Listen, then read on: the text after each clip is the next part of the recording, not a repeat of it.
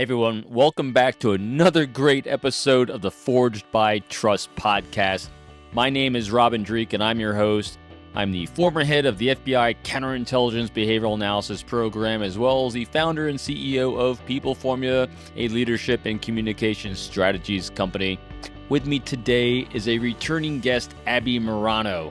Abbie is a nonverbal communications and social influence coach and a university lecturer in social psychology. Abbie began publishing scientific articles on nonverbal communication at 19 and went on to achieve her PhD in behavioral analysis before founding and directing the research group BRINC. She's also the director of education at socialengineer.com and a great friend and sharer of amazing information surrounding the nonverbals of trust. During today's amazing episode, we're going to dive deeper on trust, transparency, assessing others from a distance, and believe it or not, the effect that our diets have on our abilities to understand ourselves and others. So as always, please leave a review as well as likes across your favorite podcasting platforms. And before we even get going on this one, I want to remind everyone that up next is Jeff Gibbard, and he'll be discussing his book, and that is The Lovable Leader. And finally, remember, if you want to forge trust in your life, the greatest primer in the world is to begin with rapport. And so a great primer for building rapport is my book, It's Not All About Me. It's a quick read, and you can get it on Amazon or check it out in the show notes, as well as my Audible version of the book, which I'm really excited about because I'm giving you some really extra tools in there. And that is at the very end of the Audible version, you get the full podcast with my good friend Jack Schaefer talking about the truth detector and all his tools and techniques, where we take rapport to the next level and talk about elicitation. So as always, get your pen and paper out, sit back, relax, and enjoy this amazing in-depth episode with Abbie and our discussion surrounding trust. There we go. Good afternoon. Yeah. Sorry, for some reason it wasn't letting me get into Zoom, but I can see us in your background. I like that. Yes, there we are. I love putting graphics together, and that's one of the reasons why it's fun to do a pre-show, so we can actually lock on the topic, especially when you're talking to one of the most trustworthy people I know in my entire life. And what we're going to be talking about today is like the opposite, like how you blow trust. But I was thinking about why, and it's because you are so exceptionally predictable, transparent, forthright, which makes for great trust. And so it's funny, I was watching the clock tick down and I saw we were at 10 a.m. my time.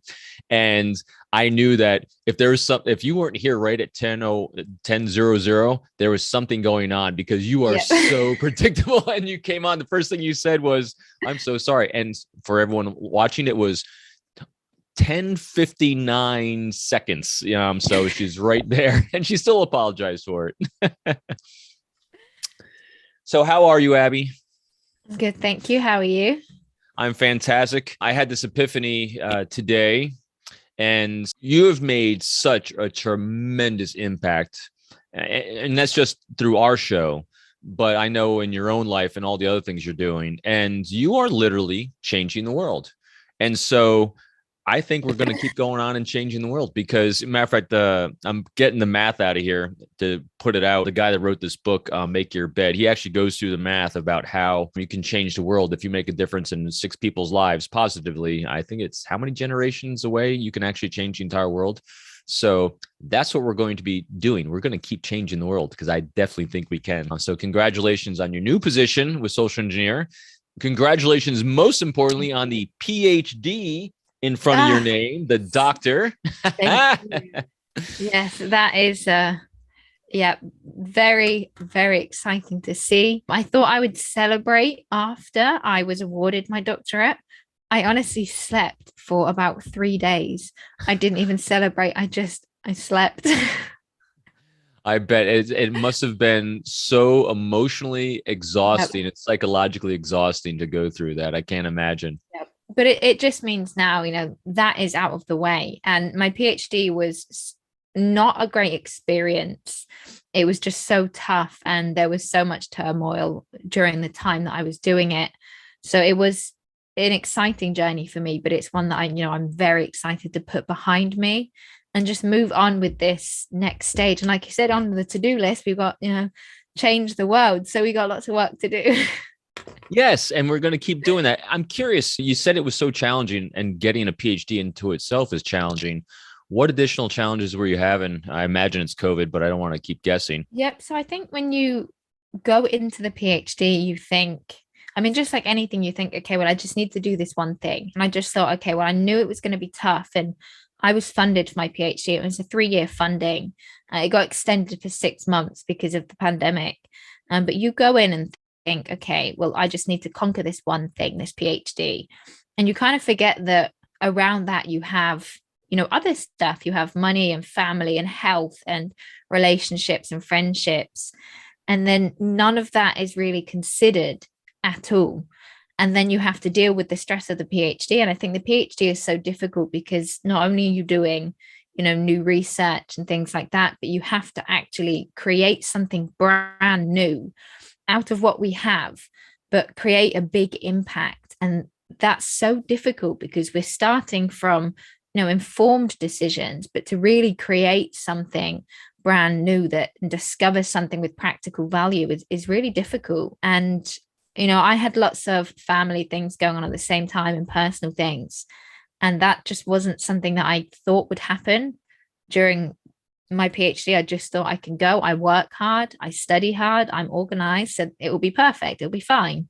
And then you figure, I have to actually live for these next 3.5 years. And then the pandemic, I mean, my PhD was using motion capture, and it was in person, looking at nonverbal mimicry of the lower body. So doing that was particularly difficult virtually, and I had to restructure everything. But it was just not a great journey for me. And I'm very grateful that, that I went through it and I got out the other side finally as a doctor. It all feels worth it because someone asked me today if I was a Miss or a Mrs. And I got to say, oh no, sorry, it's doctor. And then you just think, 3.5 years are worth it now. But you brought up so many powerful things there. You can't appreciate things unless you have context. The world is nothing but dichotomies. And the dichotomy of the struggle makes the gain, so much more powerful to you. I imagine, and correct me if I'm wrong, you had to innovate massively throughout this entire thing, which makes you resilient, makes you smarter. It solves problems. And also, I imagine relationships had to get you through this because this was not a solo act, correct? See, I think for me, it was quite the opposite. I work a lot and I'm very happy when I'm working. And the way that I kind of managed to stay productive was to say, okay, well, I need to prioritize my work above all else. So relationships were just a no. Friendships were kind of put on a hold. I had my friends, but they would send me calendar invites for a coffee. When I say I worked a lot, I really mean, I worked from the second I got up to the second I went to bed, because I didn't just want to come out with my PhD. I did so much other stuff at the same time because I knew that, it's a very competitive world. And I wanted to come out with something that pushed me forward, not just the PhD. And I knew that if you have extraordinary goals, you have to be willing to put extraordinary work in. So I kind of gave up everything else to just get it done. But what kind of changed for me is I was very work focused and just not very restful. I didn't really give myself a break. And I was always kind of pushing the people around me to do the same. And I never really got that, why would you take a break? And it wasn't really until that I had family health issues that I actually realized the importance of being trusting with other people and being respectful of their time and being respectful of my time, because I still have my superiors pushing me to work like a robot. And then you realize, everybody has things going on in their life. Your employee, your colleague, your boss, absolutely everybody has things going on that you don't see. So you can't treat everybody like work robots. You have to treat everybody like you would want to be treated if you were going through something, because you don't know if they are. So that really changed for me, because my whole perspective before was very tough love, just work hard, get over it. And that's always the way that I've been. until I kind of needed someone not to be that way to me. And then you realize, God, I've got to change how I am to other people. And then since that point, I've made such an effort to change the way that I act with people. And, when we talk about being trustworthy and acting trustworthy, it really does change your life. When you make other people feel good around you, it really does change just everything. What would you term it? Is it empathy that you think you gain more of? Yeah, I think it was empathy more, because I was so work orientated that you just focus on getting things done. And, I really did kind of just treat my life like very robotic, get up, work out, work, and go to bed. And everything was just work focused, it was very like systematic. So I just kind of expected everybody else in a work environment to all be exactly the same. If you have a job, do it. If you've got a job to do, just get it done. Don't bring your personal life to work. And when I couldn't not bring my personal life to work, it made me realize that actually everybody might not be able to not bring their personal life to work too. And you just have to treat everybody like they could be going through something, because I don't want to be that person that pushes someone a bit too hard, or I can see that they're struggling and I just tell them to go get it done. And then I make things worse for them. You want to be that person that people can rely on, because if you do want the work to get done, pushing people past their limits isn't going to get it done any quicker.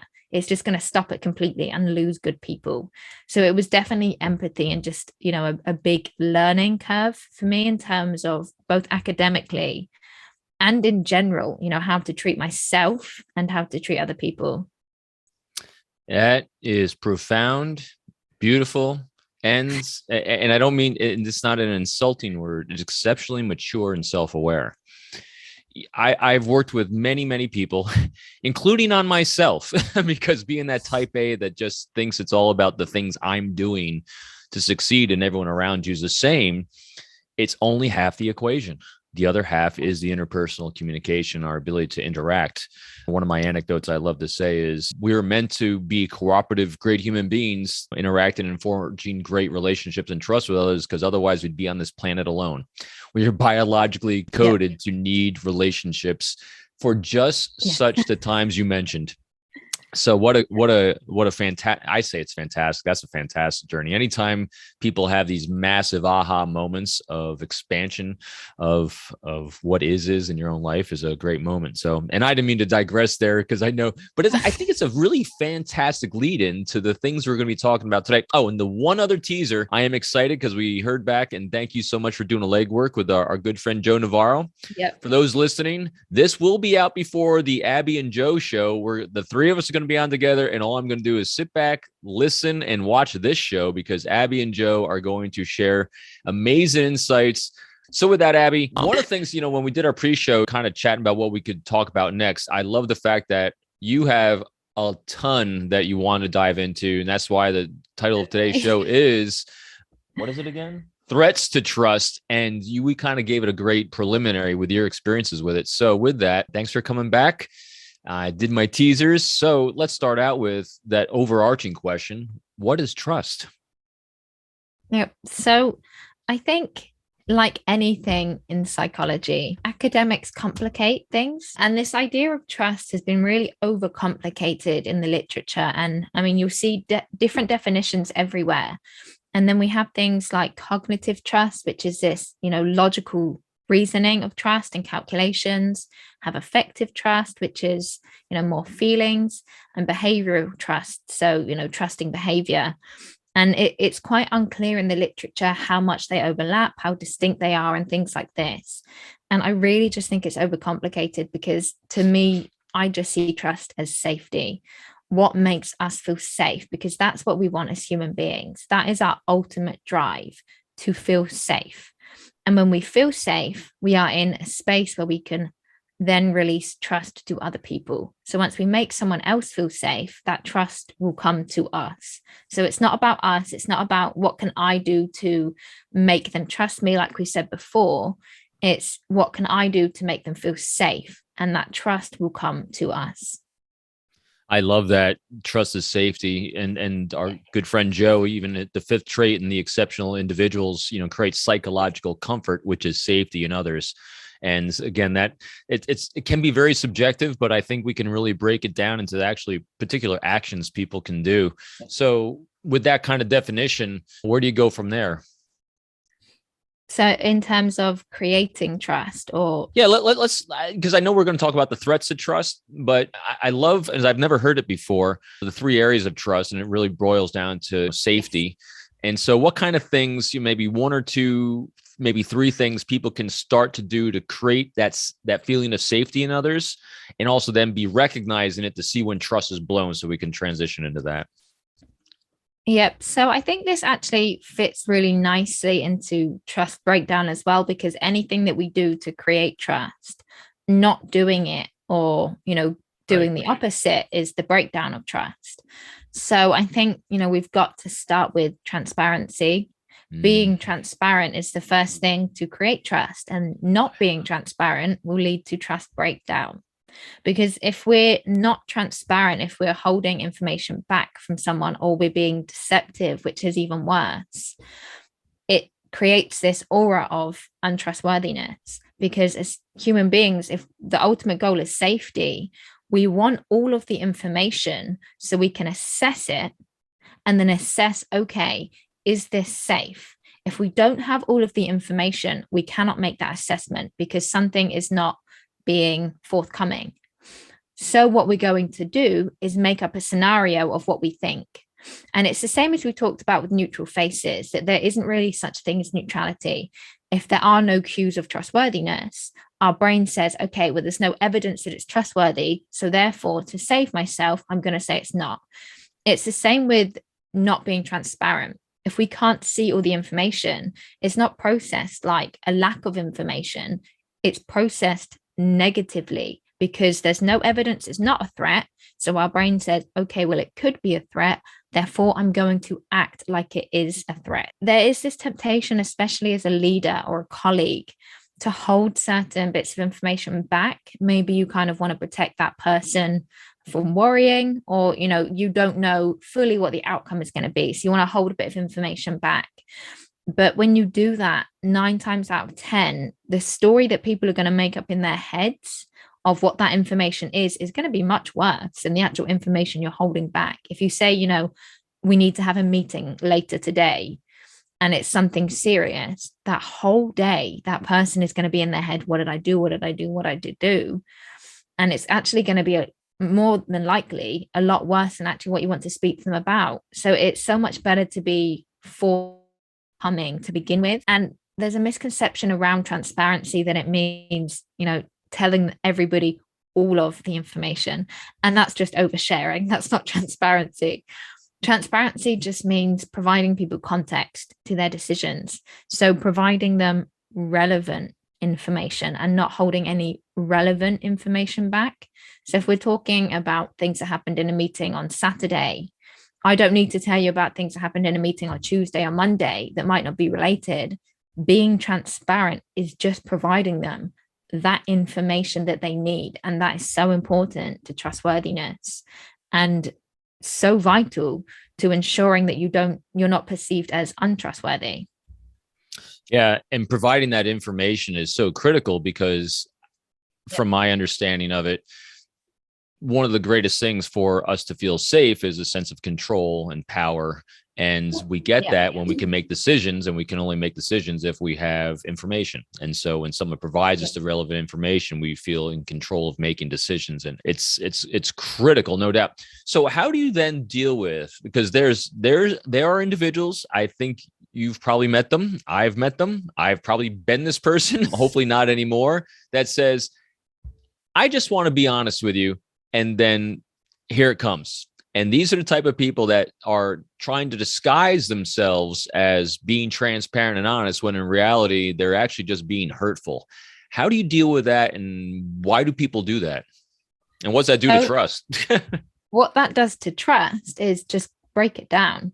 When we say, when people say, oh, it's really nice that you have the confidence to wear that.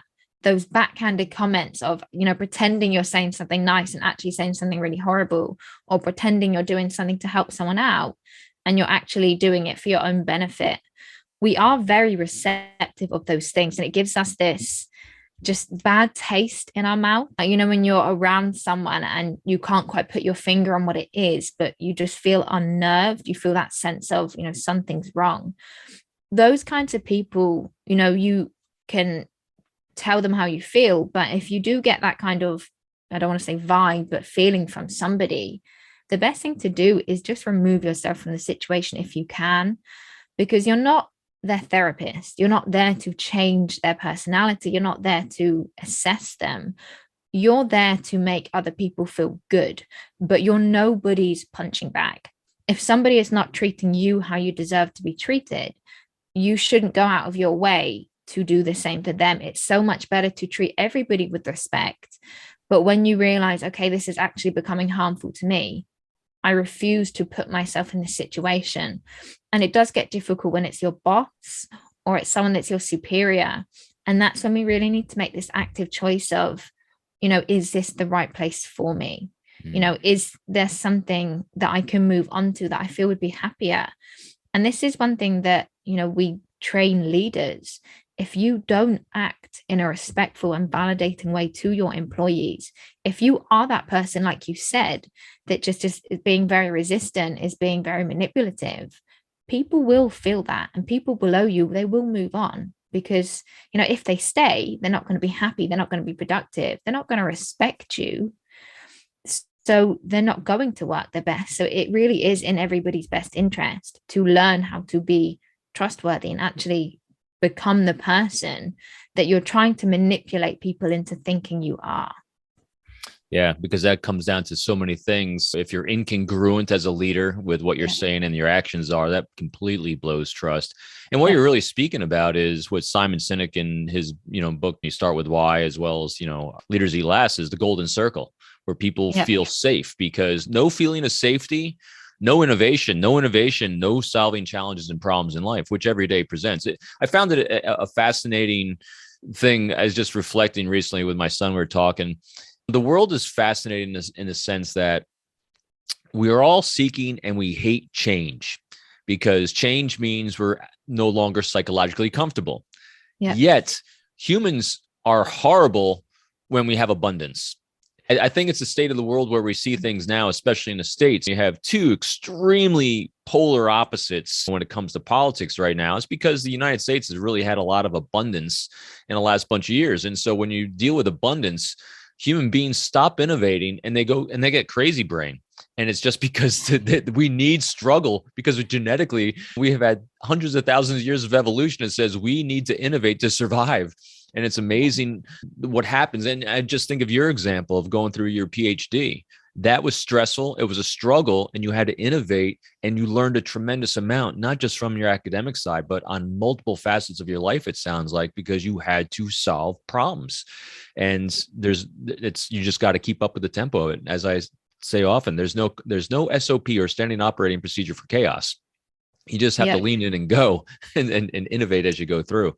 So if you're an individual that you did a great example of, all right, so don't do unhealthy relationships. Basically, if someone is placing their, I'm just being honest with you on you as they give you insults, backhanded or not. So how do you ensure that you're not the one doing that? Do you have any personal things or safeguards you do to make sure that you're not going to inflict your own insecurities, or, which comes out a lot of times as judgments on someone else that have been effective for you? Yeah, I think we just have to kind of step away and be self-aware. And self-awareness is really, really difficult because we are driven unconsciously a lot. We know that loads of things affect us without our realization, but we just have to step back and say, okay, am I assessing things objectively? Did I react that way to what someone said out of ego? Were they telling me about their achievements? And then was I telling them instantly about mine? Was I trying to one up them? Okay, well, why was I doing that? Because it's getting down to the why. If someone's telling you something they're excited about, and then you try and make them feel really small for being excited about them, And this is something you see quite a lot. You get someone that's, they've achieved something or they've done something really exciting to them. And then the reaction from the other person is just, oh, and instantly that person feels tiny. And what you have to kind of ask yourself is, why did I do that? Why am I having such a bad day, or why am I in such a bad mood that making someone else feel like this was a threat to me? Okay, well, why are their achievements felt like a threat to me? What is it that I'm missing in myself or in my actions or my behaviors that mean that I have to act this way to other people to get some kind of gratification? It's just that self-awareness of not only, realize when we're doing it, but reflecting back and thinking, okay, well, what is the reason behind this? And how do I address this in myself before I can then interact with other people and address it, in our interactions? Because these things are really, really personal. And whenever someone is, we see a lot of hate online and people attacking other people. And what I think is, what is going on in your life or in your head that you have to attack someone like that? Why do you get up in the morning and think, I'm going to make someone else feel really negative today? What is it that you are missing, that you are feeling with these negative thoughts and these negative behaviors? Because there's something really positive missing there. What can you do to fill that space with positivity towards yourself, rather than trying to drain other people's positivity? And I think that's where a lot of it comes from. When people aren't feeling positive, they kind of try and take other people's, that, I'm going to take yours, or how dare you feel positive when I don't? And that is something that as I said before, you can't force someone else to treat you a certain way.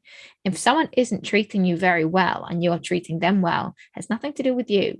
It's a them problem. And there's only so much we can help other people. We should always try and help other people. We see people in distress, we should reach out a hand, but not when they're going to just push our hand back repeatedly so much that it becomes painful for us. We've got to know our limits and be willing to help at the same time. Yeah, very well said. Huge self-awareness. A great saying to go through life with is, don't allow yourself to be collateral damage in anyone else's insecurities. Yeah, exactly. But now here's the big challenge, and you mentioned it a little bit already. So what do you do when you're kind of forced in that situation? I mean, I'm in a place in my life where I can walk away from unhealthy relationships. It's a choice in my life, and it's not through out of maliciousness or get back at you or anything else. It's just, I just don't do unhealthy because it's not an energy I'm looking for in my life. And hopefully people come to the aha moment, they come back, and they're welcomed with open, loving arms if they are. And luckily, I don't have a lot of that, or actually, I don't even have any of that, fortunately. But there are many of us that have to live, work with, and deal with some pretty unhealthy people. What kind of strategies can you give them that will help them not be collateral damage in someone else's insecurities? I mean, boundaries are so important. Knowing when to reach out and help people, and know, okay, there's my superior, so I should be doing these things. Versus, okay, where do I draw the line? I should be doing these things, but not these things. And it is important to front it, because a lot of the time people might be very unaware of how they're making you feel. When I look back to how I was before, because I was so work, that is all I was focused on. And I just expected other people around me to be the same. And it wasn't that I didn't care. It's that it just didn't really cross my mind that other people might not want to just work all the time. So if you say to someone, look, I'm really sorry, you've made me feel this way, or I'm really sorry, but I can't actually deal with this because of this reason. Or you don't even have to give a reason, just, something personal's happened, or I just don't feel I can do this. This is how you are making me feel. Hopefully that person will then say, I'm sorry, and actually realize I've made this person feel a way that I didn't mean to. Because I don't think that people are naturally very malicious. I think a lot of people are very unaware of themselves and unaware of their behavior. And then they hurt people, or they act a certain way to people and make people feel uncomfortable, or make people feel really negative, because they're not thinking about how that person's going to respond to their behavior, because they're just thinking about how they would respond to their behavior. So fronting it and saying, this is how you've made me feel. this is how I would like to go forward in the future. And just being open and honest, because without that, if we don't front our feelings and say to somebody how it's making us feel, they're not mind readers. Right. You know, we expect people to be aware, but we can't expect people to just know if we don't tell them. So it is part on us as well to say, this is how I prefer things to move forward. And then it gives them the opportunity to change their behavior. And if not, if you are stuck in this really negative environment, the only thing to do is get out, because it isn't beneficial to anybody to be in that situation. And it's better to be in a job that you enjoy a little bit less, and, move someone that you enjoy a little bit less, but you feel respected while you find your way, rather than be in this job that you love the work, but you are surrounded in this environment where you feel invalidated, where you feel really negative, because that is what's going to encroach on your mental health massively. More than anything else. So Abbie, and so here's another aspect of trustworthiness, and you're doing a phenomenal job of it, and that is vulnerability. I mean, being transparent with the things that you went through on your discovery path, as we all do. I mean, everyone knows that listens to me. I am exceptionally transparent on being a moron. But I'm curious, did you, as you're talking about how to deal with someone and work with someone that is being toxic towards you, did you have anyone that made you aware of it, or did you come to it on your own that you were too focused on work? So I came to it on my own because somebody else made me feel that way. And it was someone that I respected a lot. And I saw kind of my behavior was very similar to their behavior. He was someone that I highly valued, respected, looked up to. And he had this amazing career that one day I was thinking, imagine being that successful. That is all I thought about was, the top of the world is this amazing career. And he was treating me the way that I treat people, just as workers.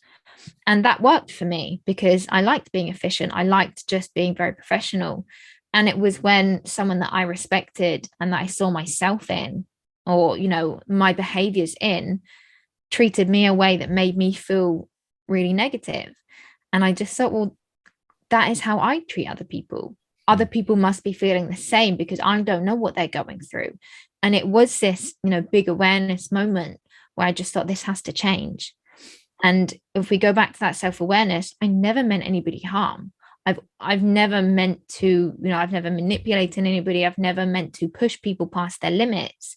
But thinking back, how work orientated I was, I had research assistants, I had students working on projects. And, I expected top quality work from top quality students. And you can't just treat people that way, right? Because they are human beings. At the end of the day, you can expect top quality work, but you have to expect it from human beings, not robots. And that is something that I had to get my head around, because I just saw, like I said, I just saw myself as like a working robot, work. And that is not how people need to be treated. I'm going to repeat that right now. That is one of my quotable quotes I'm taking away from this one is you can expect high quality work, but you have to expect it from human beings. And not robots. That is a very truism. No doubt. Thank you. So kind of going through the things that we wanted to talk about. So you mentioned, do we judge the trustworthiness of others before we interact? In other words, as a third party observer, what do we do? Yes. So we judge trustworthiness from people before we interact with them. So when we observe two people interacting, we are making assessments of those two people before we interact with them. And this is something that I did in my PhD. I looked at how we observe two people interacting and how their behaviors to each other influence our willingness to cooperate with those individuals.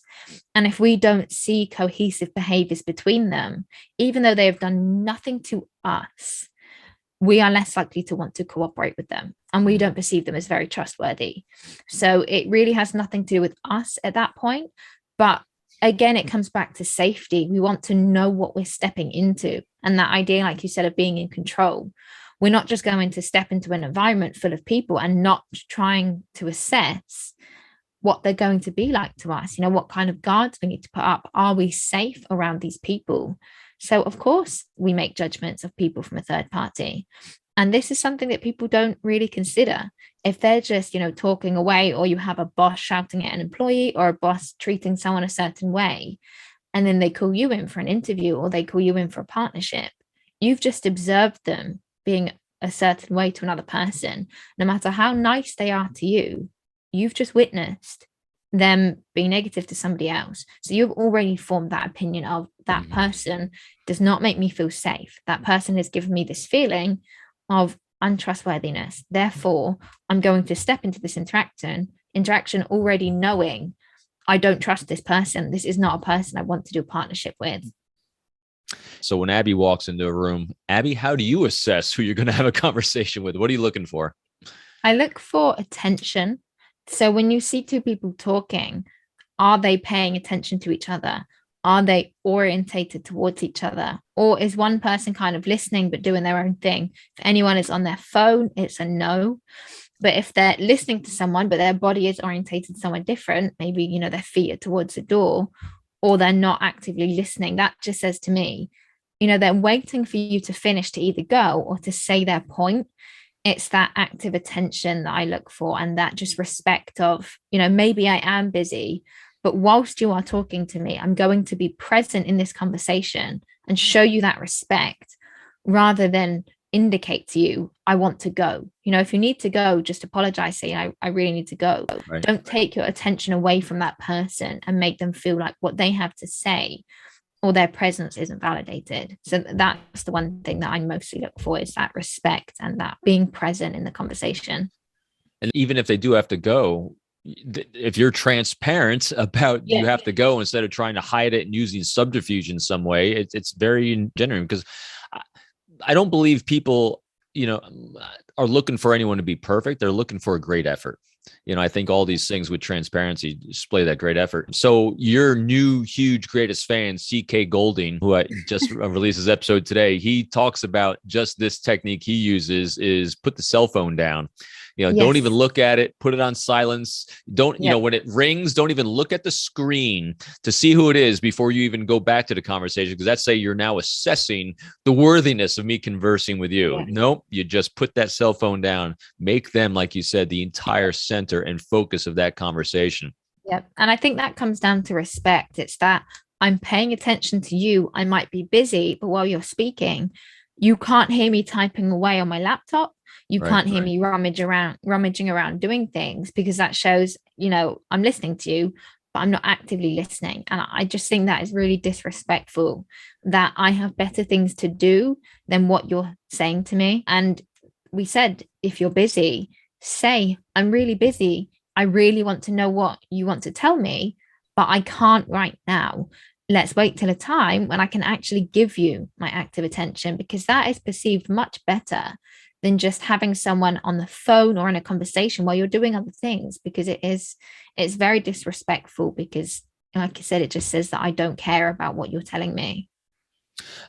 You use that word a lot, respect. So obviously it's very important to you, and you've given us a lot of good tips of things that you're looking for. Is there one really huge pet peeve that you see all the time that drives you up a wall?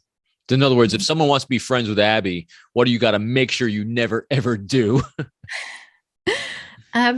Good manners, I think, is something that is really, really important, that people don't place enough importance on, because we've all been taught as kids the valuable lesson that good manners cost nothing, which is true. But bad manners are expensive.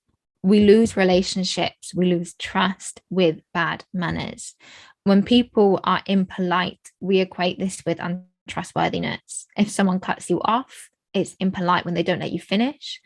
When you're having a debate and they don't let you get your point across, it's impolite, and that's perceived as untrustworthy. And different cultures have very different perceptions of what's polite.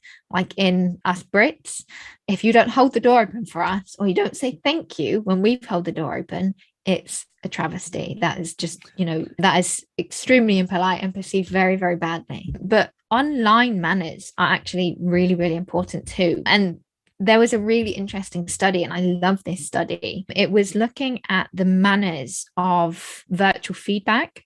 So people were doing sort of e-learning tasks. We all know we've had to do these awful e-learning tasks for many different jobs, but also things like when you go onto a website and it has a little chat bot pop up, and it was looking at people that did these e-learning tasks and then they got feedback and then they had to do a new task. And I looked at how that feedback was presented to them. And if the feedback was polite, thank you for completing the task, well done, it improved the learning on subsequent tasks. It improved the satisfaction, and it also improved the ratings of trustworthiness of the whole organization. So the people providing the courses. And if the feedback was untrustworthy, the organization was perceived as less trustworthy, and they did worse on the subsequent tasks and they were less satisfied. And this really speaks to how sensitive we are to good manners, because even if it's online and even if it's not even by a human, it has an effect. And this is something that people should consider when designing a website, when designing, virtual advisors or e-learning software, that the feedback that we are giving to people, it has an effect on our perceptions of trustworthiness and the perceptions of trustworthiness of the whole company. So this is something to think about, that just, again, is not really thought about, because we just think it's not physical feedback, but we are so sensitive to manners and to people being polite or perceived as rude. I have just become so hyper self-conscious about my internet presence. You're going to go back and change everything to thank you for visiting. Thank you for visiting. Thank you. I got to go double check everything from when you sign up to my newsletter to a Calendly invite. I got to make sure I got everything proper. Yours is very, very polite. Okay, thank you. So I try. I hate those I statements. CK made me so focused on those as well, and I apologize. Got to keep you focused. Got to keep you focused. And being polite is so critical. And I think the world that people live in online, they create this anonymity and they think they can hide from being polite and they can be rude, and it destroys fabrics of society, I think. Yeah, and, go ahead. Sorry. No, go ahead. Just on the I moment, I think it is important to give people a chance to speak, but I think it is important to have I and you, because we know that reciprocal self-disclosure equates to increased trustworthiness and increased closeness. So it's hard to find that balance between how much of myself do I speak about versus how much do I allow you to speak, because just allowing one person to speak, it might be good for their ego, but actually having that reciprocal me, you, I is actually more beneficial for trust, because it is that reciprocal self-disclosure. So I think you do a great job. Thank you. I am so self-conscious of it. Matter of fact, as I keep right to the left of the screen, no one can see it, but it's right in front of me. I have, about 5 lines of show notes I put here to make sure things to cover. And the number one thing I have at the top of everything, focus on you questions and not I statements. Before I talk to anyone, I do this because there I am again. I love sharing anecdotes and stories, and I at the same time, because when you're sharing everything you're doing, it is such a natural reaction that humans have of anecdote and story pops into my mind to reciprocate. Hey, I have a similar experience, because we're constantly testing the person we're interacting with. Do you accept me non-judgmentally for who I am? The only way I can test it is share my thoughts and opinions with you, and I'm looking for that validation. So obviously I'm sharing that I'm incredibly insecure and I need validation all the time. So thank you very much for my validation. The last thing before I want to open it up to anything I did miss that we chatted about, looking from afar, how accurate are our judgments and trustworthiness when assessing others? So we have to actually remember, when we make judgments about other people, about their trustworthiness, about anything that we are inducing about their personality, it's not accurate. It can never be accurate, because how would we possibly measure that? How would we possibly measure accurate trustworthiness?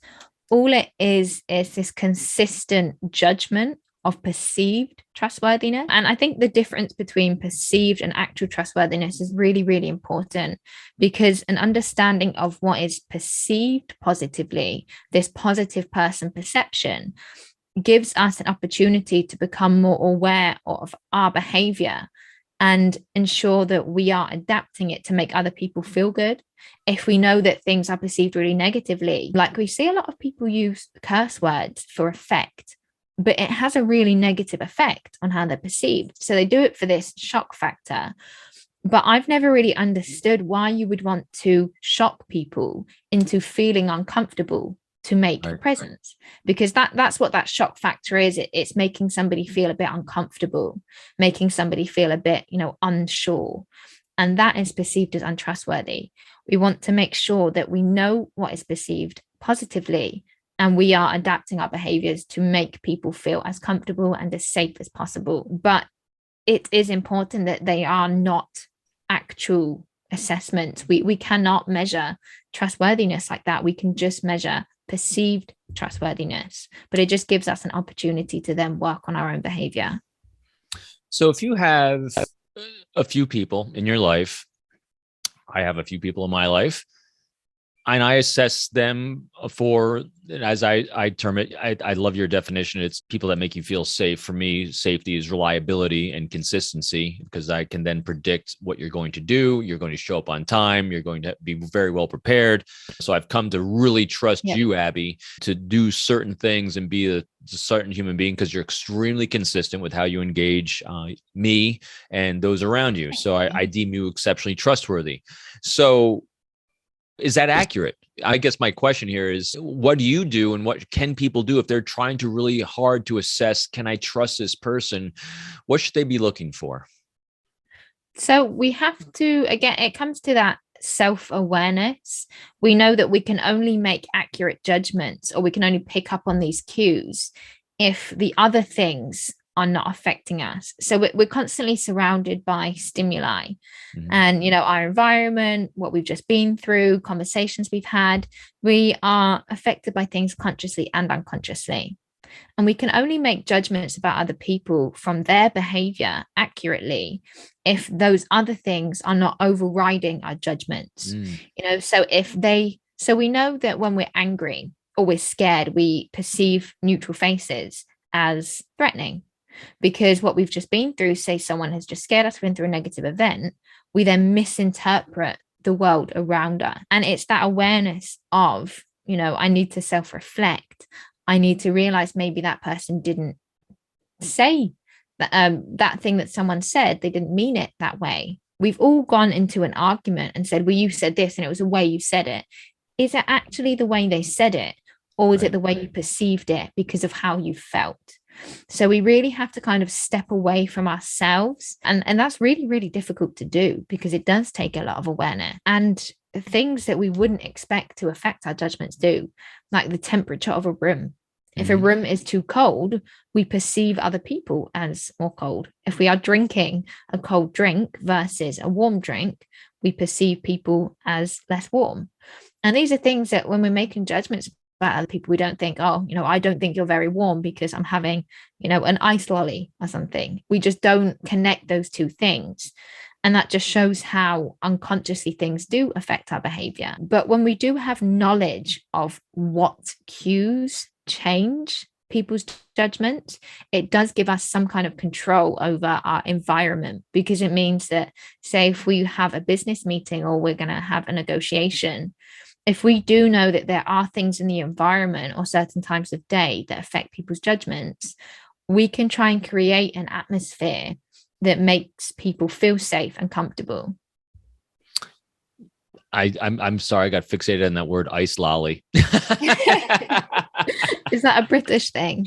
That's a British thing. Is that we call them ice pops? Is that an ice pop? I think we have ice pops, but that's like a certain type of ice lolly. Oh. So yeah, maybe that's a British thing for the audience there. And getting back to what you said, though, I actually did hear everything after that as well. That is one of the most challenging things in the world, is understanding your own context when taking in information. Yes. And we're extremely poor at it. As much as I wish I was good at it and thought I was good at it, I am fantastic at it for you. because when I'm not emotionally attached to the outcome I'm seeking, I can be extremely objective in my observations. And so I think the most important thing ever always is to have what I call that loving critic that is vested in your success, but objective when assessing what's going on around you. Yep. And they're extremely helpful people to have in your life. Yep. And one thing we will talk about on the next podcast that people don't think about is how our diets, just what we eat generally, what kind of supplements we take, massively affect how accurately we are judging other people. They affect our trust to ourselves, and it affects how we are perceiving other people. And it might seem like a weird link, but it is a direct link from diet to behavior, emotions, perception, and how we interact with other people. So we will get into that next time. But on that, what you should know as a leader is when you are having meetings, make sure you're not having, white bread sandwiches and cheese and crackers out. Have something that isn't full of sugar either. Have warm coffee, because we know that when people drink warm drinks, they're more welcoming. They perceive other people as more welcoming. So have water, but don't have lots and lots of orange juice. Yep. Have lots and lots of hot coffee, hot tea, other warm beverages. I can't think of any other than coffee, but I'm sure there's some out there. And make sure the food you have available. When do you ever see salads available anywhere in conferences? There's no salads, there's no healthy food, there's no cucumber sticks or anything that actually boosts energy and makes people feel good. You have all these really heavy foods, and when we are eating heavy foods and our body is processing this, our body is too busy dealing with inflammation to deal accurately with information and make accurate judgments. So actually, we're doing ourselves a disservice when we are not providing people appropriate food during meetings. And that has a direct link to the outcome of negotiations. As fantastic lead in and teaser for our next episode. And so here's what you kind of gave a little self-deprecation there, saying that it's surprising or shocking to people. No, it's not, because it's coming from you. And you now have a track record of being exceptionally accurate with all the things you do. And you very validating as well, because as Abbie's talking about the coffee, I held up my coffee mug. I drink coffee multiple times throughout the day. And especially while doing podcasts. And so are nuts okay? Because I eat a lot of nuts. I do enjoy nuts. That's very good. Yeah. So that's my snack during and pre podcasting. So thank you for the validation. Always need that. Any final advice before we go for folks? Or is that it? So the final advice, I think when we think about trust and distrust, it can get so confusing because there's so many things to do, to avoid doing. And so many things to take into consideration. But I try and just break it down into these three key elements to think about. So first, we think about, what is it that we all want above all else? It's safety and psychological comfort from our interactions and from our relationships. 2, how are these needs fulfilled? How do we fulfill those needs of safety and comfort? When we're perceived as trustworthy, we can fulfill those needs and people can truly put their trust in us. And then finally, knowing that, what are the actionable measures to get there? And the actionable measure is to move away from manipulation, move away from dog-eat-dog attitudes and those influence tactics are really just manipulation, and think about behavior change towards pro-social influence. So doing good yourself so other people do good, rather than trying to manipulate other people into do good. And trustworthiness. Yes, yes, yes, yes. Psychological safety, and what are you going to do to provide it for others? It's life in a nutshell. And that's how we're going to change the world, one person at a time, one podcast at a time. With that, Abbie, I can't thank you enough again for coming on, being an inspiration for myself, for everyone we reach out and touch, and for everyone listening. Stand by for the episode with Abbie and Joe.